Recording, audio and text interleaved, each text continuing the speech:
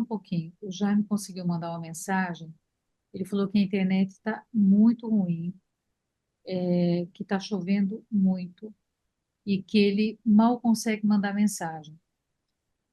Aí eu perguntei para ele se ele poderia, se a gente poderia tentar no dia 25, daqui 2 semanas.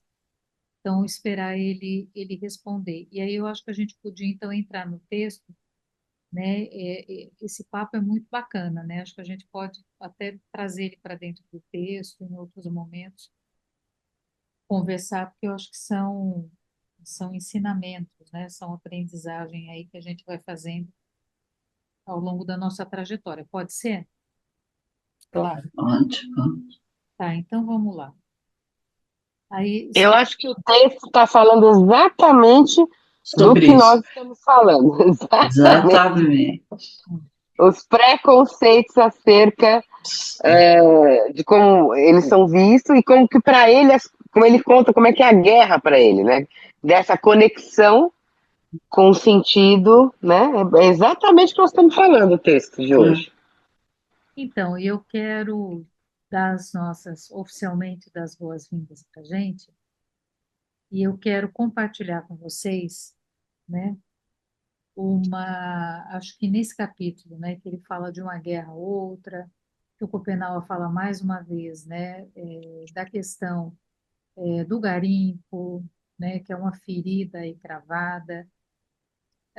Eu quero colocar para compartilhar um áudio de um garimpeiro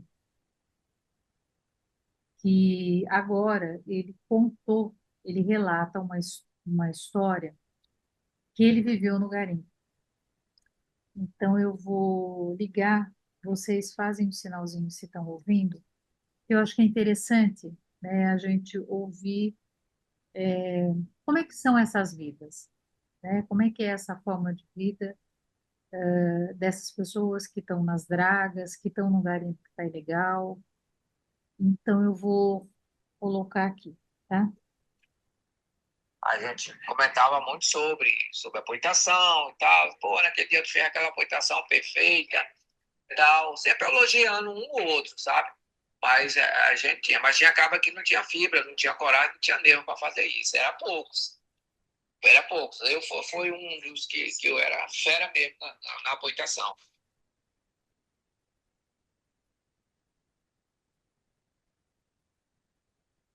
Pois é, José, eu passei muito perrengue, porque todo,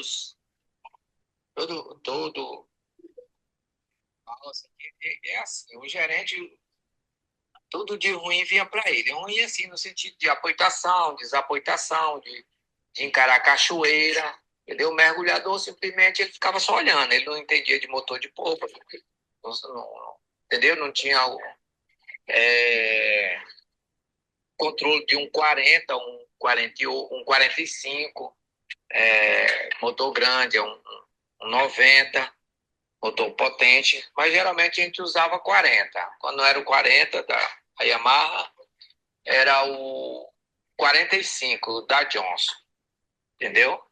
Aí eu estava ligado no 40, eu sempre gostei do 40, eu botei muita fé no 40, tem bastante força e tal, é um motor muito fácil de gente lidar, e eu passei muito perrengue, porque eu era chamado, eu tinha que dar conta de apoiar a balsa numa fofoca aí de 80, ou 90, ou até mais do que isso daí. Tinha que dar conta de aonde o mergulhador queria que a balsa ficasse, eu tinha que dar conta de botar lá, entendeu? E aí você tinha que ser um bom piloto, porque senão você não conseguia ser um. Acabou que entendia muito bem de pilotagem, de canoa, tempo de canoa, entendeu? Aí eu sempre gostei de uma 840, é uma canoa muito boa para apoitar, porque ela é curtinha e você fazia as manobras muito rápida, entendeu? Muito rápido. Era uma coisa de louco. Eu lembro que uma época eu estava no Buracão da Dor, em, em 80 no final de 84. Apareceu uma fofoca lá de repente, lá no Sovaco da Véia. E aí, pela manhã, nós passou a noite todinha cuiando, né? Que a gente ficava circulando a fofoca, vendo onde é que estava saindo, estava fagulhando melhor e tal, na mandada. Então, a gente chegava e tinha que apoiar a balsa colada com aquela balsa que estava fagulhando melhor, porque aí o mergulhador tinha a chance de descer com a maraca no mesmo mangueiro que estava vindo e ir direto lá onde o cara estava maracando, entendeu? Então tinha que ser assim. Aí pela manhã, eu lembro que pela manhã eu fui fazer uma apoitação já com o rio Madeira cheio. Ele já estava enchendo. Estava descendo muita madeira, muito pau e tal. E eu fui fazer uma apoitação. Aí eu tinha 4 mergulhadores, era o Antônio, era Cascão, era Cícera, é o mergulhador que a gente passou uma temporada mergulhando junto. Então, aí eu fui apoitar por trás, porque é muito perigoso. Não é qualquer cara que entenda de motor que faz uma apoitação por trás, porque se o motor parar, se o motor engatar alguma pau na hélice e tal, o motor morrer ali, você está lascado, porque a balsa roda atrás da fofoca e vai motor para o fundo. Já teve vezes até de balsa para o fundo, entendeu? Porque a água do Madeira, ela é diferenciada de qualquer outra água, de qualquer outro rio, entendeu? É uma água muito pesada, que eu já falei aqui, ela é super diferente. Então eu tive que... Aí me chamaram, os caras que mergulhavam comigo, disseram... E meu apelido em Itaituba era Brabinho, né? Que eu aprendi a mergulhar, era brabo. E quando eu cheguei no Rio Madeira, aí começaram a me chamar de Perna, entendeu? Perna.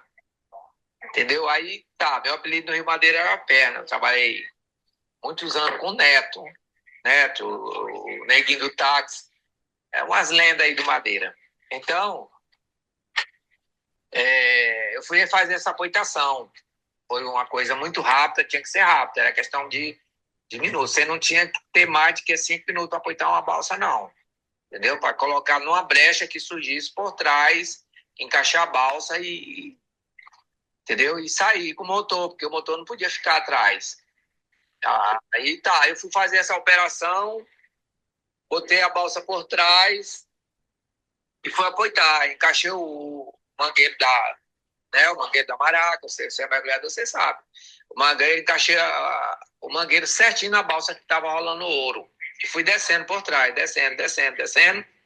E como tinha outros também que estavam apoitando para pegar essa mesma brecha, aí eu tinha que ser mais perto. Em vez de eu esperar a água me levar para encaixar lá, não.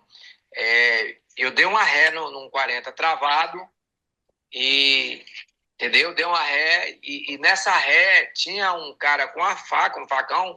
Quando eu dissesse para cortar as cordas, eles cortavam e eu saía fora e a balsa ficava lá no engavetamento lá.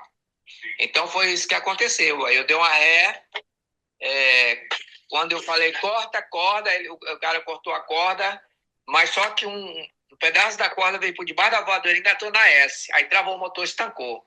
Entendeu? E aí a balsa engavetou lá onde nós queríamos. Mas só que a canoa foi para o fundo. O motor, nesse dia perdi, a bacia do motor quebrou, que bateu no bico de um tubo. Perdi capota, tá? E depois nós recuperou a voadeira, entendeu?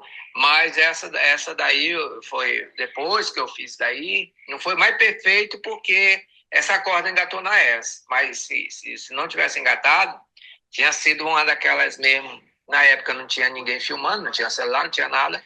Mas foi uma coisa assim mesmo, né? Surreal mesmo, essa aplicação, viu? Até hoje eu me lembro, viu? E o dono da balsa não vivia no garimpo, só vivia na cidade, né? Aí no outro dia ele chegou, nós já estava com 12 horas de mandada, aí mandei mais 12 horas e tal. Eu sei que nessa passagem que nós fez por essa fofoca lá no Buracão da Dor, no Sovaco da Véia, nós passou, acho que uma faixa de umas 36 horas nessa fofoca. Quando nós saímos fora, né? Passamos pela boca que estava rolando ouro, saímos fora, fomos pro Pedral, fomos despescar e tal, parei uma balsa, fomos limpar o ouro. Essas 36 horas rendeu para nós quase, quase 2,5 kg de ouro, entendeu? Mandei meio em cima do ouro. Deu 2,477 kg, entendeu? Aí o dono da balsa pegou o motor, levou para a cidade, recuperou o motor todo e trouxe. Não teve reclamação, porque rendeu um bom dinheiro para ele dessa vez, viu? Aí foi um perrengue meio complicado aí. Mas eu era um dos melhores, assim, aí no Rio Madeira de apoitação. Eu conheci alguns, sempre quando a gente se encontrava, a gente comentava muito sobre apoitação e tal. Pô, naquele dia tu fez aquela apoitação perfeita e tal, sempre elogiando um ou outro, sabe? Mas a gente tinha, mas tinha acaba que não tinha fibra, não tinha coragem, não tinha nervo para fazer isso. Era poucos. Fui um dos que eu era fera mesmo na apoitação. Tá bom.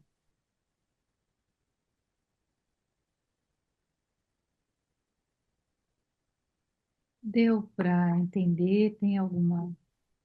Dá para entender o vocabulário? Se alguém quer perguntar. Então, tem 3 palavras que eu queria que você maracando a boitação fofoca. Tá. É, oi, Sônia, você está falando, está desligado.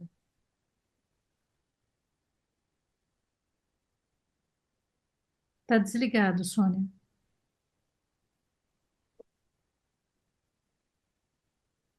Era isso mesmo que eu ia perguntar, estava até escrevendo, apoitação, fofoca, maracá. Tá, Brena, você quer perguntar alguma coisa? Acho que a Brena tinha levantado a mão. Oi, gente. Boa Oi. noite. Eu tô sem vídeo, me Oi, boa desculpem, noite. mas nos próximos eu vou estar de vídeo, é porque hoje tá meio impossível. Mas eu também fiquei na dúvida em apoitação. Eu tinha anotado aqui também. Era só isso mesmo. Tá, apoitar é chegar junto, apoitar é parar. Apoitação é quando você vai parar. Eu vou apoitar.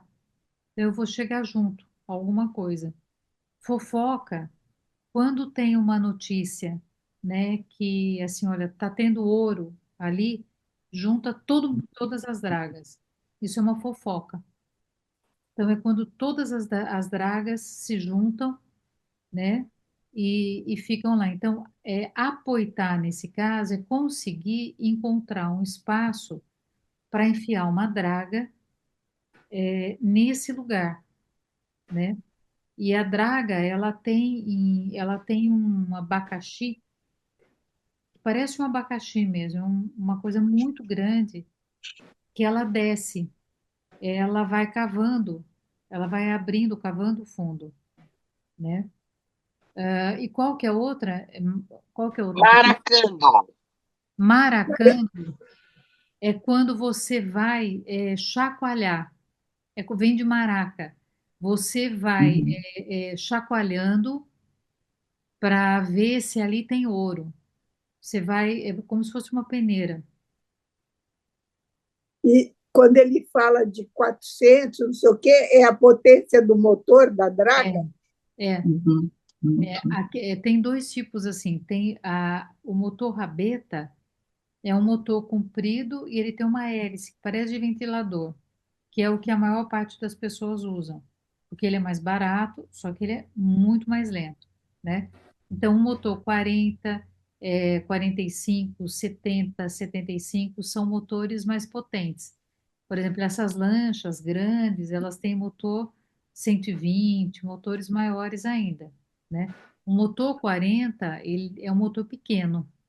Ele é forte, mas ele é pequeno em relação aos outros. Então, provavelmente, ele está falando de uma voadeira pequena, né? Mas para tentar colocar a draga na fofoca. E aí, essa capacidade, sem você não pode bater nos outros, né? Até porque cada draga tá com seus mergulhadores. Então, quando encontram Agora, eles mergulham fisicamente ou só? fisicamente, É, fisicamente, é, eles mergulham fisicamente, é, no caso do madeira, né? Normalmente é muito fundo e aí quando ele vai com um aspirador, tipo um aspirador. Esse aspirador vai sugando o rio. e vai mandando essa terra para cima. E eles vão chacoalhando, né? Eles vão fazendo essa peneira. Quando Eles, quem está em eles cima, têm equipamentos para mergulho? Não, acho que é equipamento, não é? Não é a apneia. não, tem, mas normalmente, assim, o que que acontece? Quando acha ouro, eles eles chacoalham a mangueira de ar. A pessoa desce com ar. Aí, quando eles estão ali peneirando e eles encontram ouro, eles chacoalham, eles puxam a mangueira da pessoa. Então, a pessoa sabe que é para ela ficar ali um tempo maior, né? Mas habitualmente, quando começa a encontrar muito ouro, porque o mergulhador, que é uma atividade de risco, ele tem uma porcentagem um pouco melhor, que é muito pouco, mas é um pouco melhor do que os outros funcionários da balsa, né? E aí, quando começa a vir muito ouro, normalmente o gerente ou o dono da balsa, da balsa, ele corta a mangueira. Aí o cara tem que subir rápido, e quando ele sobe, a maior parte não sobrevive, porque faz Nossa, embolia pulmonar. nossa. É, Então, o daí, trabalho de mergulhador, ele é um trabalho, por isso que paga melhor. Mas por que que o dono da balsa corta? Para ele Mata o cara, né? pagar, né? Para Mata não o pagar o cara. sujeito? Para não Nossa precisar Senhora. pagar. Ô, E, Beth, e deixa eu entender. Só uma coisa, ele chacoalha lá embaixo ou é chacoalha lá em cima, a terra para ver se tem ouro? Lá em não, cima. sim. Lá É, em cima, tá. lá em cima. isso, naturalmente, é tudo uma atividade ilegal, porque não pode garimpar. O Assim, que é? existem áreas em que o garimpo, ele é legal. Ah, Poucas é? áreas em que ele é legal, é. Tem aqui na Amazônia, eu não conheço nenhuma área legal. Agora, eu também não Sim. sou especialista.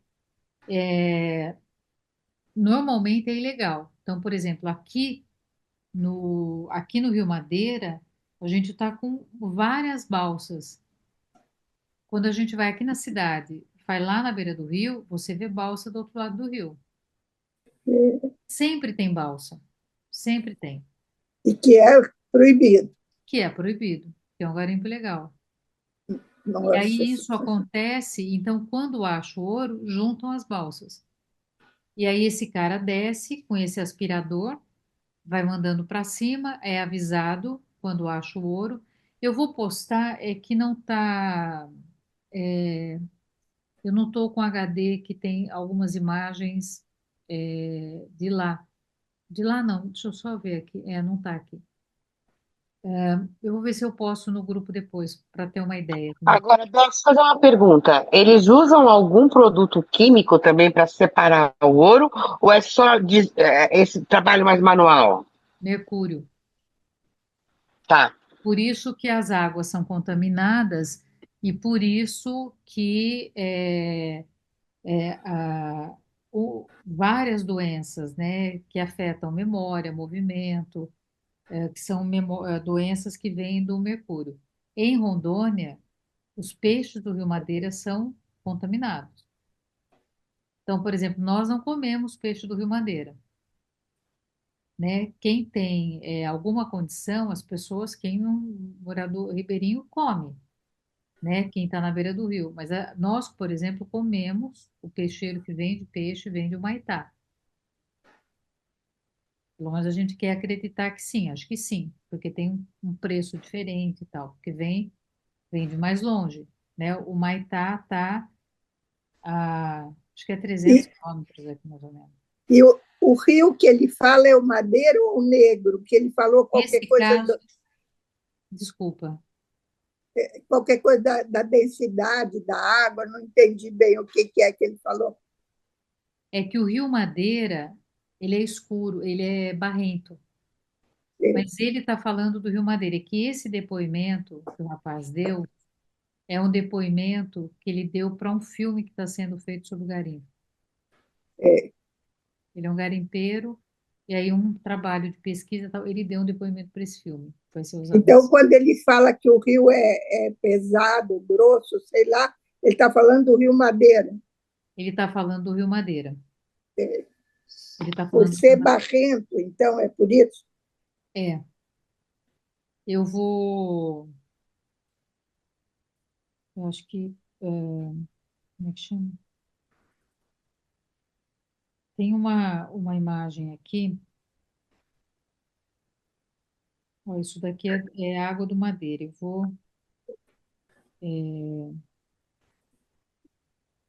vou colocar ali no grupo do WhatsApp só para, aqui ele tá um pouco acelerado, não tá, peraí só um pouquinho. Aqui esse trecho é um trecho bem estreito, tá? Da Água do Madeira. Ele tem muita madeira que roda, que passa pelo rio. Essa é uma madeira bem pequena, né? Aí ele está em slow motion, essa gravaçãozinha. Mas a água é dessa cor. E é uma água que tem muito candiru. Então é um peixinho bem pequenininho, muito bonito ele, muito bonito, bem pequenininho, todo colorido e que ele entra em qualquer orifício que você tenha. Então, e aí ele vai te comendo por dentro. Então, assim, tomar banho no madeira, né, não é uma coisa muito viável, porque tem muito candiru, né? E principalmente, assim, para driblar, por exemplo, o mercúrio, os peixes que mais se alimentam de mercúrio no Rio Madeira não só no Rio Madeira, né, mas no Rio Madeira são os peixes como é que chama? Que não é escama, de couro. Ouro. São os peixes de couro. Então, os peixes de couro, né, eles são os mais contaminados, porque eles ficam mais no fundo do madeira.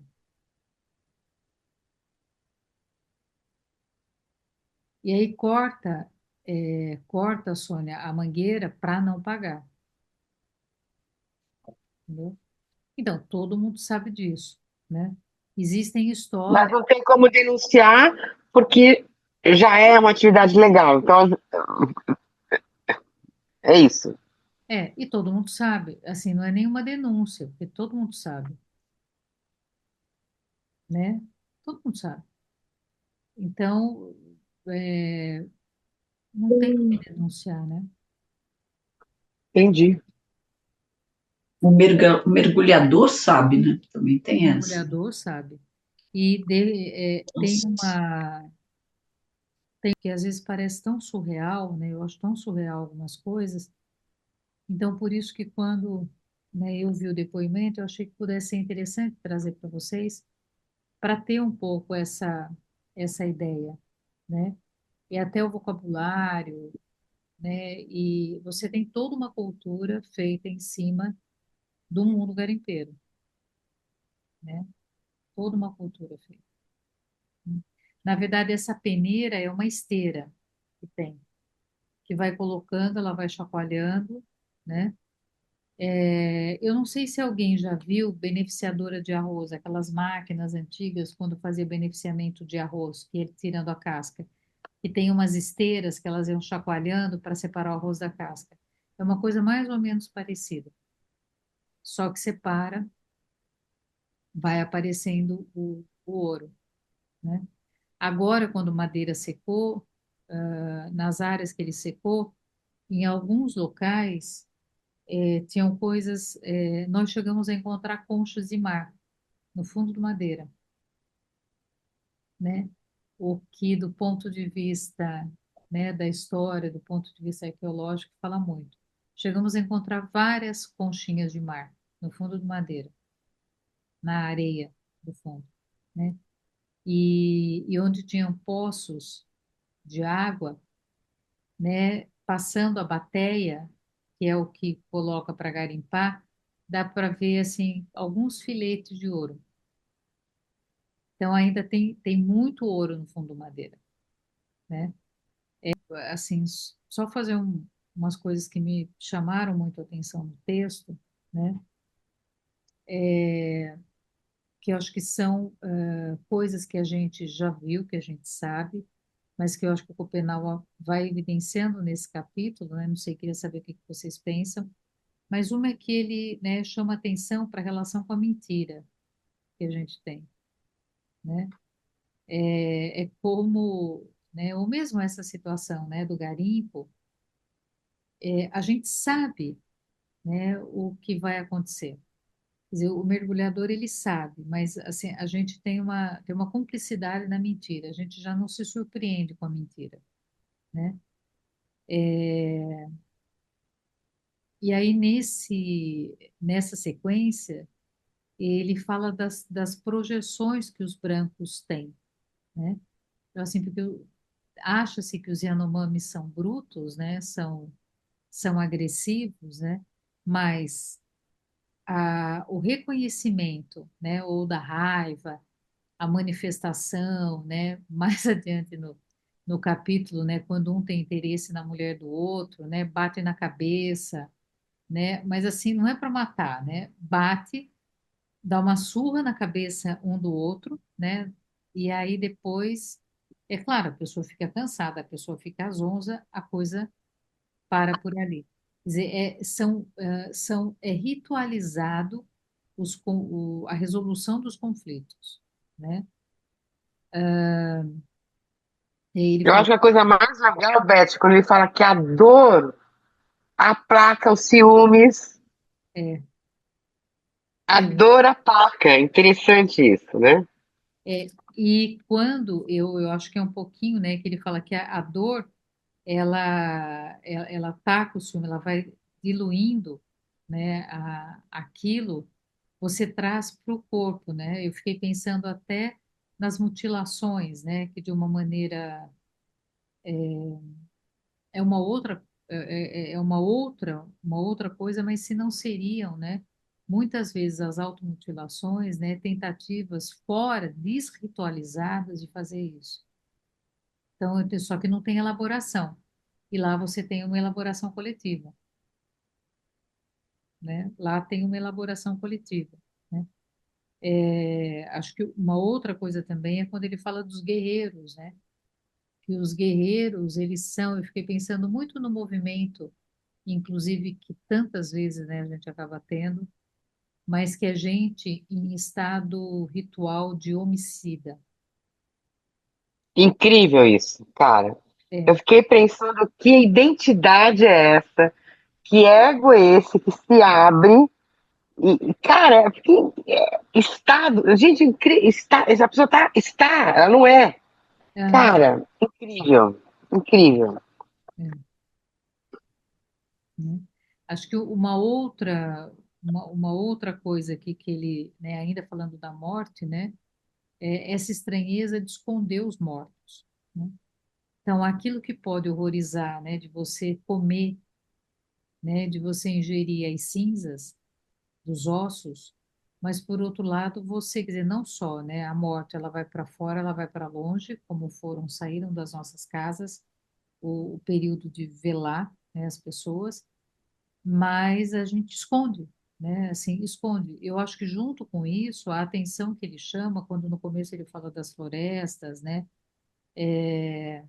quando ele fala dos fantasmas da agressividade, né, que está vinculado aos antepassados, ele está falando, ei, afinal de contas, olha, o que vocês estão fazendo com isso? Eu entendi muito esse capítulo dele dizendo, olha, vocês carregam os fantasmas dos antepassados de vocês, né? Esse fantasma da agressividade, ele está aí. Vocês projetam na gente a agressividade e a violência de vocês. Vocês destroem a floresta, né? Tempo inteiro. Vocês querem ter uma vida útil e para, né, a insuportabilidade da vida útil que vocês querem ter, vocês atribuem à nossa vagabundice. Então, o jeito de poder se defender e de não enfrentar na busca da utilidade, a inutilidade da vida. Então, vocês, né, atribuem, né, como é ou quando que vocês vão chorar, afinal de contas, os mortos de vocês. E se vocês não choram os mortos de vocês, como é que vocês podem pensar em chorar a morte das outras formas de vida? Já que vocês escalonam, né, mais uma vez, até enquanto vidas que a gente faz aquilo o começo da conversa, né, aí que a Neuza estava trazendo, né? Quer dizer, nós temos castas, né, de vidas, né? Algumas vidas importam mais vidas do que outras, né? Enfim, fala do envelhecimento, né? E diz, bom, como é que vocês vão lidar?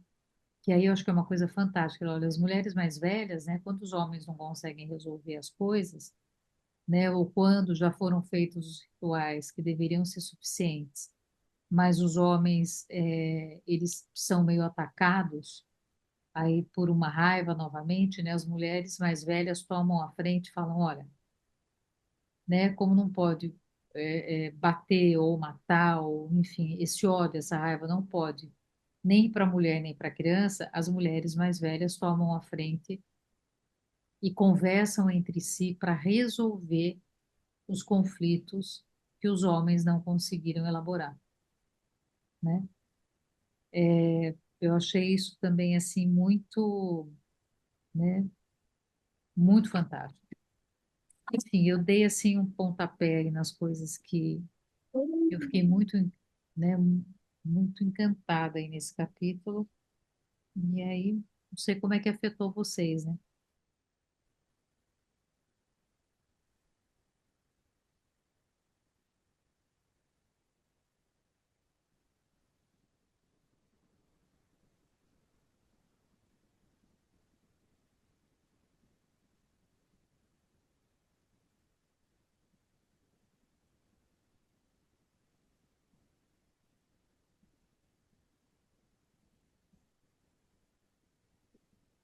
Eu acho que não sei, Beth, você tocou nos pontos que também me tocaram, mas acho que o que mais me fez pensar foi esse estado de guerreiro, cara. Esses rituais que colocam as pessoas num lugar e depois sai, né? Não fica. Cara, é muito incrível isso. Muito incrível. Isso acho que vai de encontro com uma outra, com uma coisa que o Nego Bispo, que o Ailton, né, também insistem muito, que são com os encontros, os agrupamentos temporários, né? Porque, por exemplo, né, a maior parte de nós aqui, ou todos nós aqui, fazemos psicologia, né? Trabalhamos com isso. Por que que a gente precisa fazer isso a vida inteira? Nenhum problema se a gente também fizer, né? Mas por que que nós precisamos? A gente não pode estar em estado de psicólogo, né? Os nossos, talvez assim, vamos nos prendendo, né? Vamos nos amarrando nas nossas funções ou nos nossos conhecimentos e talvez a gente tenha uma certa dificuldade em sair deles. Até porque daí a gente vai ser o quê? Já que a gente fez isso a vida inteira, já que a gente trabalhou 8, 10 horas por dia durante 30, 40 anos, né? E às vezes a gente não consegue fazer absolutamente mais nada, mas não consegue, até pela impotência, talvez, em ter uma vida inútil, né? É claro que o nosso envelhecimento, ele é um envelhecimento também diferente, a nossa velhice, ela tende a ser muito mais, talvez, solitária, né? Do que uma velhice que precisa de cuidados médicos e isso tem um valor financeiro, tem um valor econômico, mas assim, eu acho que eles chamam muito a atenção, eu acho que o Copenau chama a atenção aqui também, né, de que as coisas elas podem mudar, elas podem, né, se transformar, que a gente pode, para a gente ser os mesmos, a gente precisa se mudar o tempo inteiro, Você né? sabe, Beth, que eu falo de uma amiga minha da faculdade, que eu tenho a maior admiração por ela.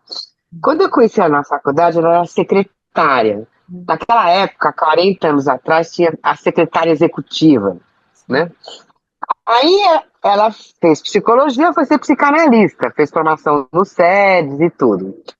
abandonou, foi fazer professor de inglês. Ganhou muito dinheiro como professor de inglês, mas muito dinheiro. Ela atendia executivo, médico e tal. E aí, que a pandemia acabou com o professor de inglês, ela foi para a Itália aprender a fazer sorvete. Ela vende sorvete. Agora ela fala, gente, cara, é isso. É a quarta.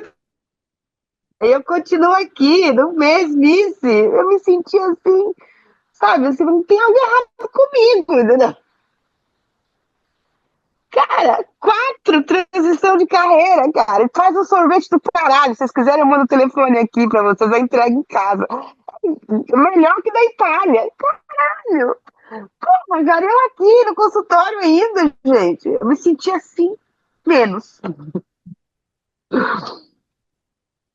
É claro que eu acho que cada um tem a sua história, a sua trajetória, né? Mas às vezes talvez o apego, né? O nosso apego às funções, eu acho que a gente precisa pensar, né? Talvez no quanto, né? A gente não está sendo movido, né? Não é um movimento egóico, porque é difícil você deixar uma coisa que funciona, uma coisa que dá certo, né? E tanto dinheiro que eu já pus nisso, gente. Eu lembro que em 93, mais ou menos, quando eu prestei a SBPA, que tinha que entregar aquelas coisas que você precisava, hora disso, hora daquilo, 93, eu fiz só por de lentisco quanto eu já tinha gasto. Naquela época era R$ 100.000. Eu continuei fazendo, né, gente? É, é. Meu, e você sabe que tinha uma época, há 20 anos atrás, que mesmo que eu estivesse aqui conversando com vocês, dava 50 minutos, eu já começava a ficar incomodada. Ah, mas, gente, eu tô completamente doida. Você sabe que eu fui cliente do Leon Bonaventure logo que ele chegou no Brasil. E ele falava assim: a terapia vai custar um Fusca, você está preparado para isso? Que era uma coisa que depois, agora, recentemente, uma psicóloga fez um filme de entrevistas com ele, e que ele também, a primeira analista dele em Paris, falava a mesma coisa, queria saber como, que você trabalha, como que você vai poder me pagar.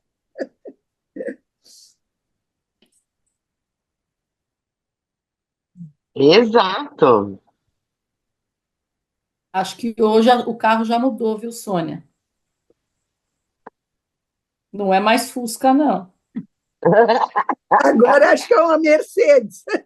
Dependendo, se for na SBPA, com certeza. Agora, no Injusto, acho que pode ser um Fusquinha.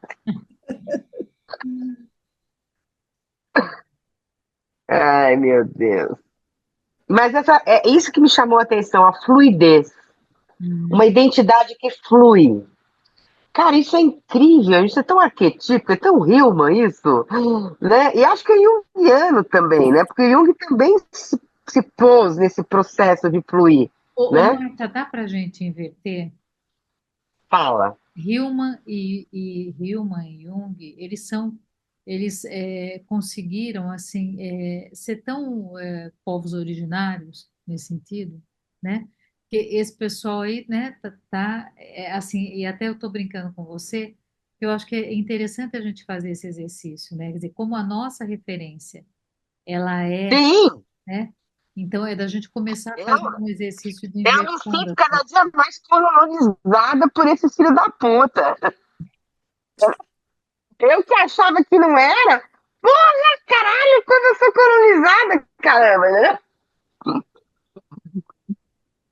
Tudo bem que é pelo Jung e pelo Hillman, e pelo, enfim, Foucault, Marx, enfim. Mas, cara, eu sou colonizada, gente. Não é? Quando eu quero mais eu ler o Schopenhauer, o Krenak, eu falo, gente, tá tudo aqui. Porra, que merda. Como a gente não tinha acesso, né? Eu não tinha antes. Não sei, né? Não Por sei isso que, você. por isso que o Gambini comparou a leitura, diz que o livro do Copenau, A Queda do Céu, está para os brasileiros o que os livros vermelhos está para os junguianos. É fundamental, é básico, Hum. é fundante. E que talvez a gente tenha que, não sei, ao longo aí desse ano, né, que a gente segue com o livro, talvez pensar, bom, e agora, José, né? Porque eu me lembrei de algo que a gente conversou no passado, né?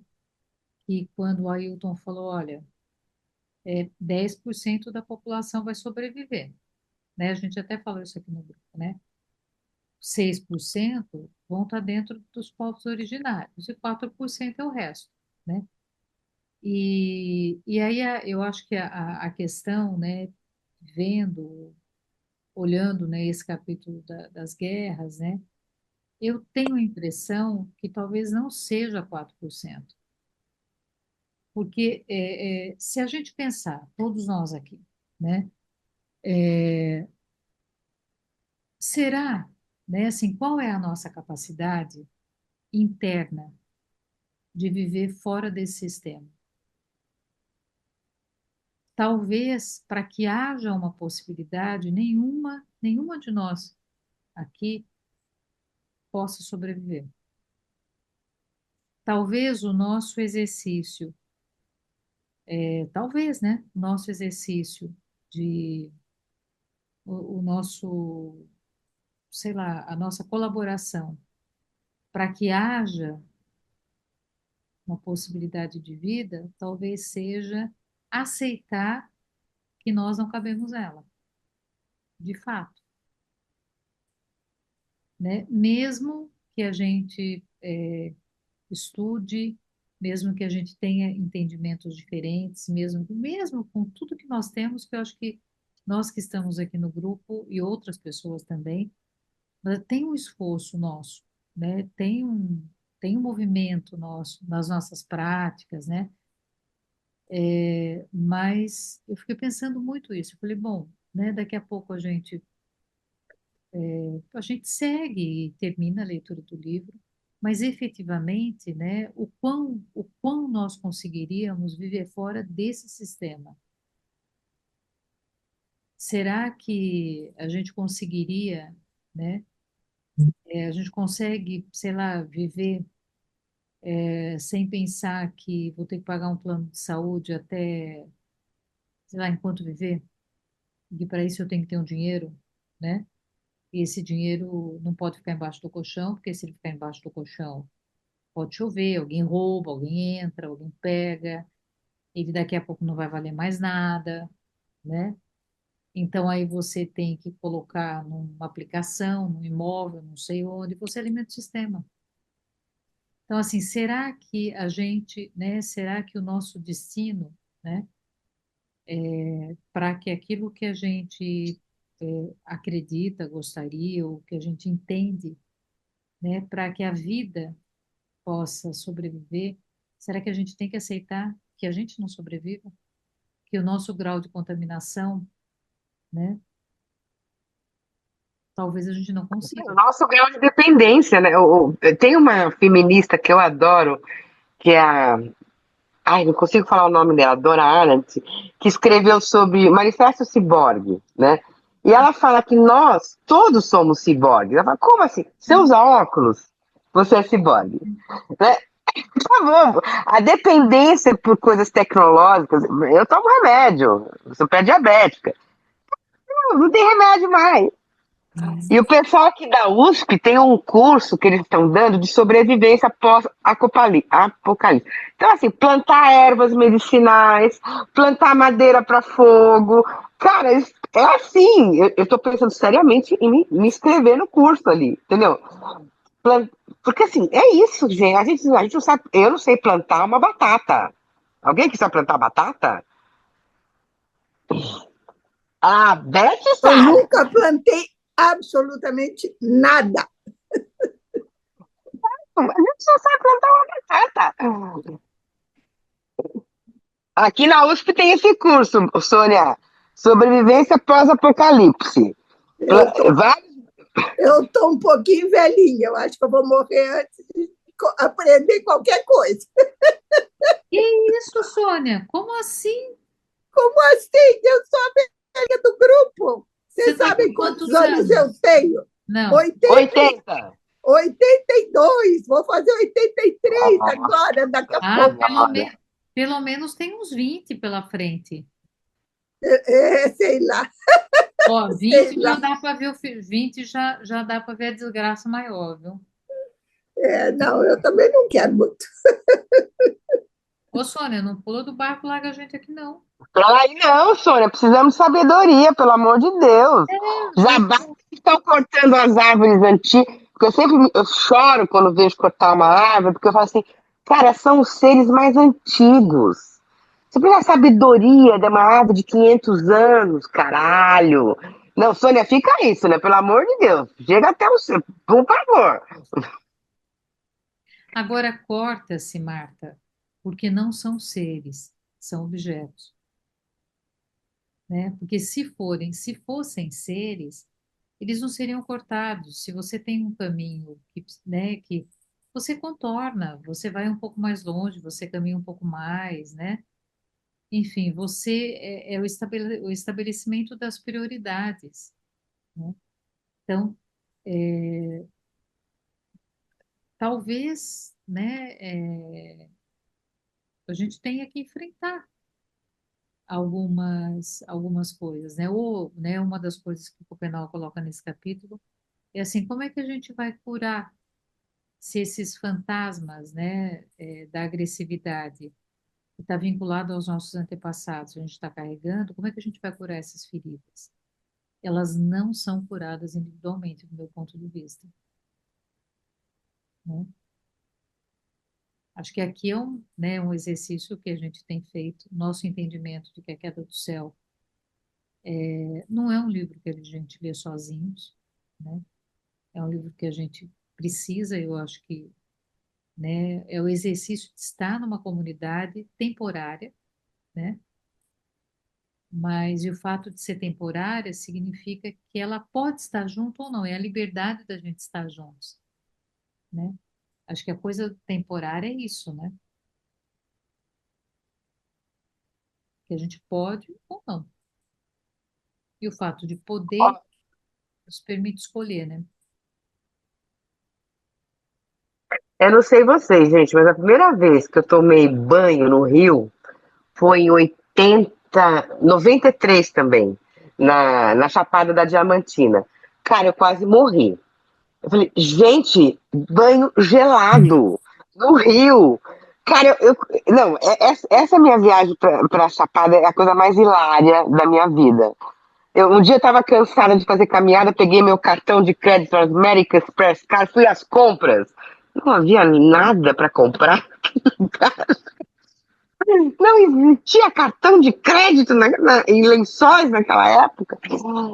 E, cara, hoje eu consigo tomar banho no rio e adorar, gente. Então, tomar banho no rio, eu acho que eu já consigo, Beth.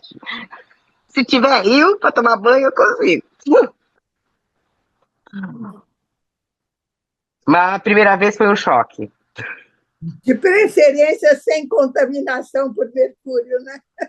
Exato, exato. Tu sabe, né?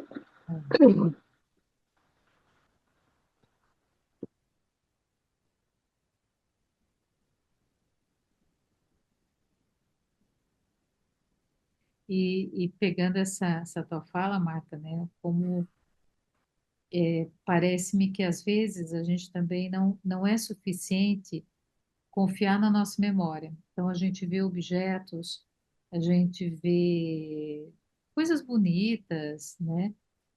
E às vezes assim se fala, "Né, não, mas assim, eu só trouxe uma coisinha nessa viagem, só uma coisinha, mas a gente precisa trazer alguma coisa, né? Porque também não é que não possa trazer, não é isso, mas tem uma necessidade, me parece que de confiar pouco na nossa memória. Então a gente precisa Sim. concretizar as coisas, precisa, né, literalizar as coisas aqui, a gente precisa ter as coisas, né? E não confiar que aquilo que eu vi está comigo. Isso ninguém tira, nunca vai tirar. Talvez o alemão possa um dia tirar, né? Mas aí o alemão, quando ele tirar, ele vai tirar tantas outras coisas, né? E assim, eu nem vou saber que o alemão está tirando, né? E nem sabe que tirou, né? Né? Não vou nem saber que o alemão está tirando, né? É verdade. Quem vai sofrer é quem está do lado, porque, né? E, A gente mesmo não tem. e ponha sofrimento nisso.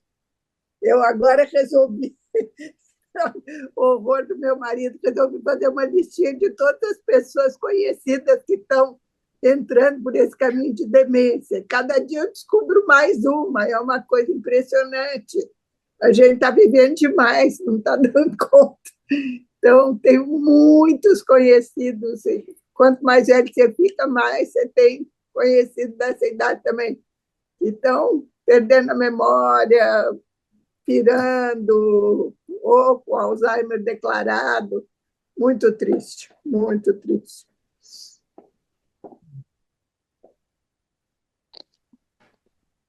É.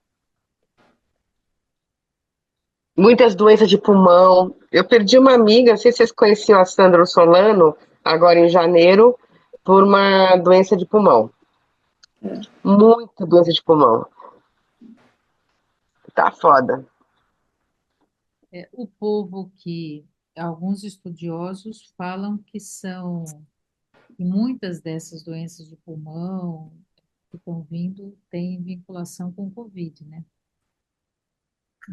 Não todas, mas muitas são as comorbidades do Covid que estão aí se manifestando, né? Eu tenho um médico, meu médico holístico, que ele cantou a bola. Ele falou: eu sei que eu falei uma coisa que todo mundo me criticou, mas ele achava que o uso da máscara, você respirando o CO, que isso ia dar problemas de pulmão daqui a pouco. E, de fato, tem uma epidemia de problemas de pulmão. Porque a gente não pensava nisso. A máscara, você acaba inspirando o gás carbônico, né? Olha que coisa interessante. E, de fato, eu tenho uma epidemia ao meu redor de problemas de pulmão. Mas eu acho que era interessante cruzar essa informação com os números de Covid, porque assim, né,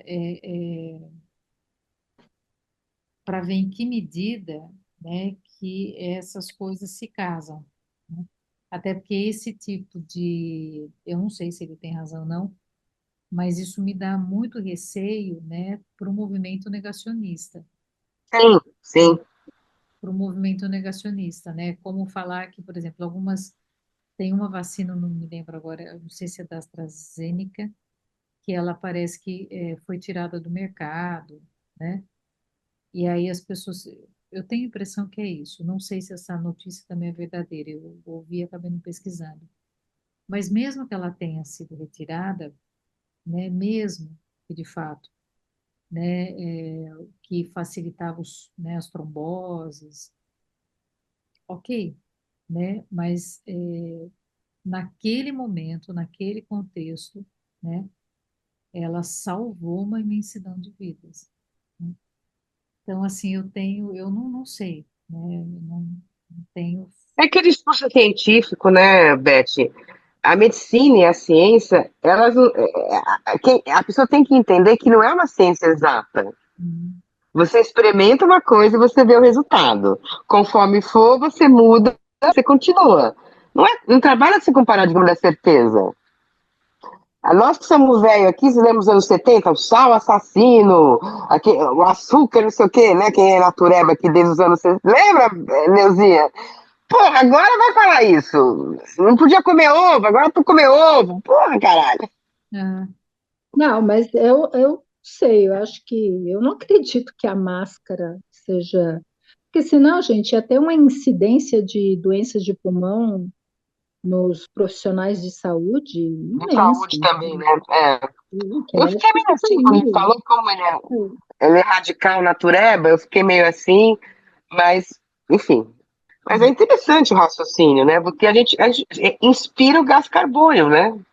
A gente É, mas reinspira, né? o que a gente inspira na cidade de São Paulo, muito pior do que gás carbônico, né? É só andar no trânsito de São Paulo, gente. Aliás, eu que moro fora e vou para São Paulo 2 vezes por semana, é assustador ver a manta cinza por cima dessa cidade quando a gente vai chegando, né? Então, assim, é direto respirando isso, né? Então, assim, e está cada vez pior, porque a poluição só aumenta, né? Só Ô, aumenta, as Gi, cidades de carros, né? vamos plantar comida nos seus terreiros do lado para Ah, gente com sobreviver? certeza. Por Sim, favor, planta. eu vou fazer agrofloresta. Eu já estava falando até, e aqui no condomínio eu já estava falando com a paisagista, a gente vai plantar, continuar plantando nas calçadas, só árvore nativa que dá frutinho para a fauna daqui, né? Que ainda tem jacu, macaquinhos, tem uma porção ainda de bichinhos. A gente vai colocar só árvore nativa com fruta, né? Para todo mundo, né?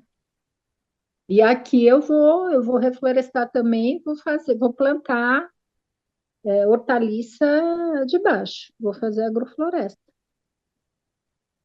Ainda acredito que tudo bem, né? Mas ainda acredito.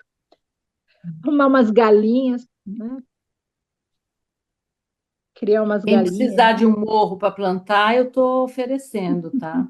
Quem precisar Hum, do quê? De um ovo? De um isso, morro para plantar. Eu vou plantar um morro inteiro de agrofloresta. Então, isso. querem plantar árvore? Podemos começar a combinar. Eu quero. Podemos começar a combinar desde já. Eu quero. Pode deixar que eu já ofereci para Gi. Quero Aonde, plantar. aonde que é o seu morro? Meu morro é Porto Feliz, 1h30 de São Paulo. Né? Meio Dá E para caminho. dá você, para vir. Gi? E a E Gisela, você, onde que Café? está mesmo? Eu estou em Cajamar, eu estou bem mais perto, mas Porto Feliz, que já. Bom, se a gente não for para a Amazônia, a gente pode fazer encontros de plantar. Olha aí que legal.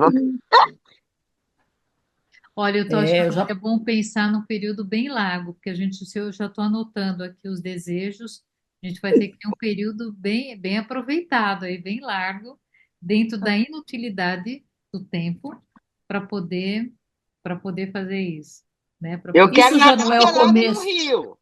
Isso já não é o começo da mudança?